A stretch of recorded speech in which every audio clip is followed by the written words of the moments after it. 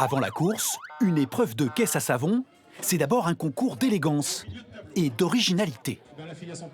Des cerveaux d'adolescents dans des corps d'adultes, du coup, retour aux sources, on adore l'automobile. Et on est resté dans les bolides, quoi, à l'américaine, en hot rod. C'est aussi et surtout donc un travail de patience. La plupart des équipages ont peaufiné leur machine très longtemps. Pour l'occasion, plusieurs garagistes de la commune ont joué le jeu. Ça nous a pris 1 an quasiment. Et on a tout assemblé nous-mêmes, on a pris un train avant de quad, un train arrière de quad. On a fabriqué un châssis et puis voilà, c'est parti.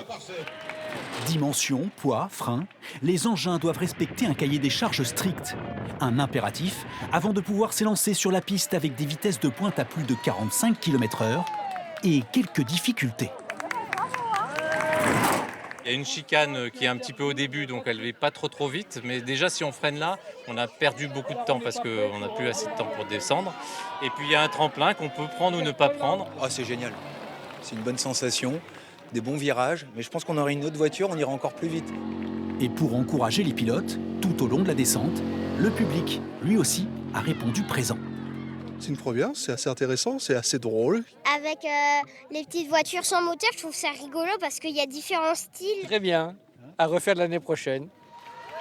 En solo ou duo, les 30 équipages ont parcouru à 2 reprises les 450 mètres du parcours. Une descente effectuée en 50 secondes pour les plus rapides.